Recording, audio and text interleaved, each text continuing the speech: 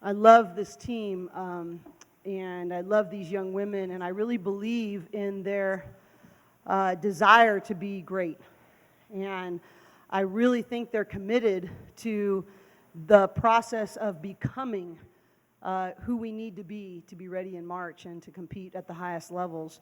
And therefore, I didn't mince any words. I got to give credit to Arizona State. I mean, what Charlie's done over a long period of time and her consistency in toughness, defense, and rebounding, it came out in the second half again, and I have to give credit to them. We were up 10 on the boards at halftime and ended up down 8. They out-rebounded us by 18 in the second half. We lost the second half. And Coach Tasha said it best in the locker room that we lost track of who we were, and we lost track of how we're built.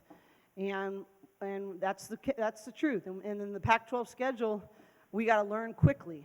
But I have a lot of confidence because as soon as we said we lost the toughness battle in the second half, my senior point guard was the first one to raise her hand and say, I didn't do as well as I needed to do, and I'm going to take care of that. When you have senior leadership that owns their mistakes first, and they always hold the mirror up to themselves, I have great confidence that we will respond, and we will come back stronger, tougher, and more ready to take on a really good Arizona team.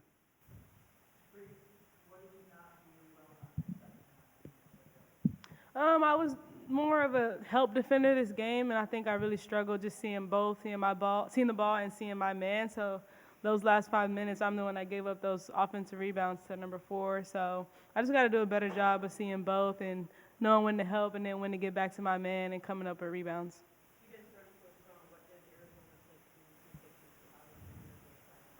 I think they just were more aggressive the second half. Of course, people are going to come out and respond in the third quarter when you are down on the boards like that. So they just came out tougher and they wanted the ball more, and that's what showed in the numbers in the rebound.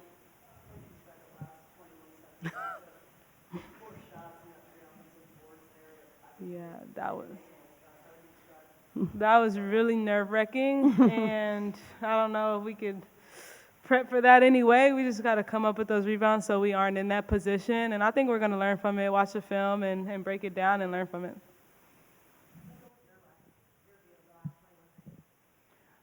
Panic.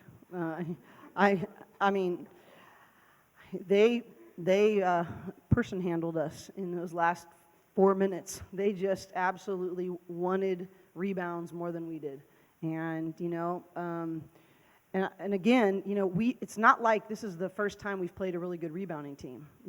Georgia's an excellent rebounding team. Indiana on the road in very tense environments, a great rebounding team.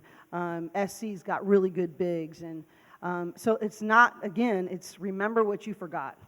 And what I mean by that is we've proven we can do it. This is not like we haven't shown that we know how to box out. And we did in the first half. It wasn't like they weren't crashing the boards in the first half. But we remembered who we were, and how we're built. And we lost track of that. And I think, you can't think more highly of yourself than you should, and you can't think more lowly. And you got to know how you're built and how you're at your best. And we lost track of that. And so, the important thing, as Japreece already said, is to learn and to respond. We always talk about E plus R equals O. If you don't like your outcome, which I didn't like our outcomes on the boards, change your response. Change your R. And I don't think any of us in that locker room liked the outcome of rebounding in the second half, so I fully expect us to be able to turn around and change our R, respond. Outcome. So event plus response equals outcome.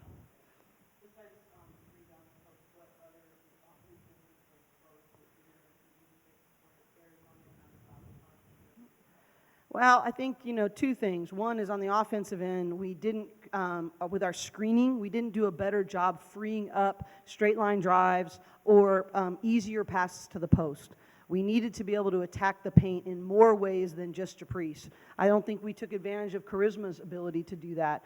Part of it is when you're taking the ball out of the net and you're not getting defensive boards, it's harder to get out in transition and attack the paint. We were struggling. We were struggling in our offensive rhythm, but I didn't think we were tough enough to create catches and set and use screens well to create an offensive flow that allowed us to play through the paint.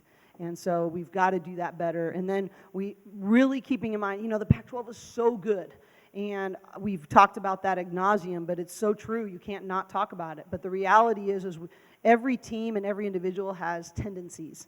And there's a couple of things like, for instance, Riley Richardson, late in shot clock, she's very aggressive to get downhill. So she might not be aggressive on ball screens the first 15, 20 seconds, but we saw it over and over again and told us, and then we lost track of that.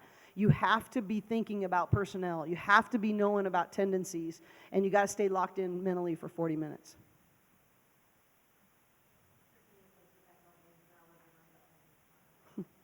I learned that it's very competitive. Any night, anyone can come out and win. So you just have to be aggressive and stick to the game plan and rebound clearly.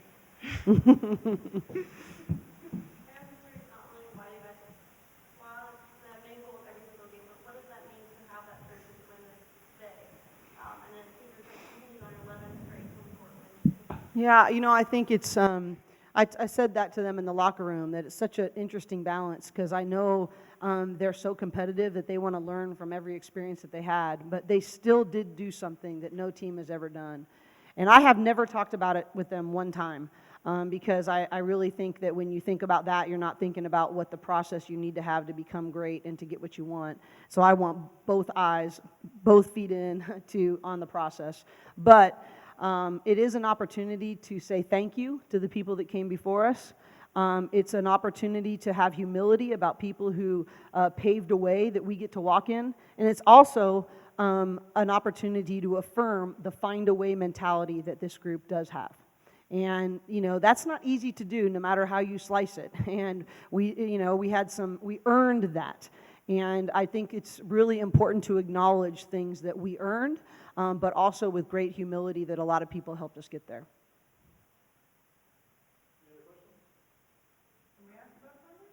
Sure. We can talk about it now. Facing an Arizona team that did win against USC back in over the past years, what do you either confident now and Sunday morning? Well, I think, I'm going to need to go back and look at the film, in terms of the response, exactly what the teaching points need to be tomorrow. There's obviously not a lot physically we're going to be able to do, but what I challenge them is to be the best mental responding team. And so it's going to be a completely different game plan, and we're going to have to be ready to go with that, and I'm not totally ready to say exactly what that is because I haven't done all the work to be ready for that, but I think the reality is we know that they're very guard dominant, but I think Japreece has just been spectacular. They're a much more complete team, but they're playing with great confidence too. I mean, obviously I think that's 19 in a row for them, going back through the NIT that they won last year. And, I really respect not only what Adia has done with that current team, but how that entire town has come alongside that team. It's just, this is why these players came to UCLA, to have these opportunities. 2 unbeatens to start out Pac-12 play. There's only 6 unbeatens in the entire country, and 2 of them are meeting on Sunday in a great environment. Like, what more could you ask for?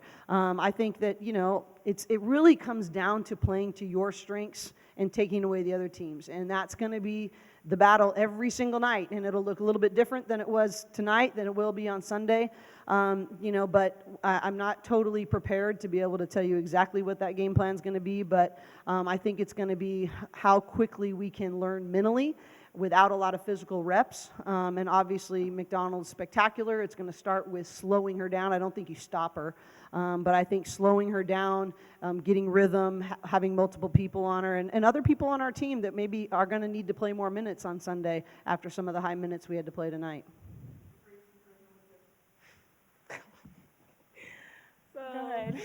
So apparently Charisma is the best defender on the team. So she's had the crown. Oh. And I thought that I've played some really good defensive games against Indiana and Georgia. So I took the crown. And I thought she played good tonight. So I gave it back to her so she could be ready to guard Ari McDonald. That was news to me. There's going to need to be a lot of crowns on Sunday. Mm-hmm. What's your responsibility as senior leader? What is your responsibility between now and Sunday morning? What do you need to do to help get the team ready for Sunday?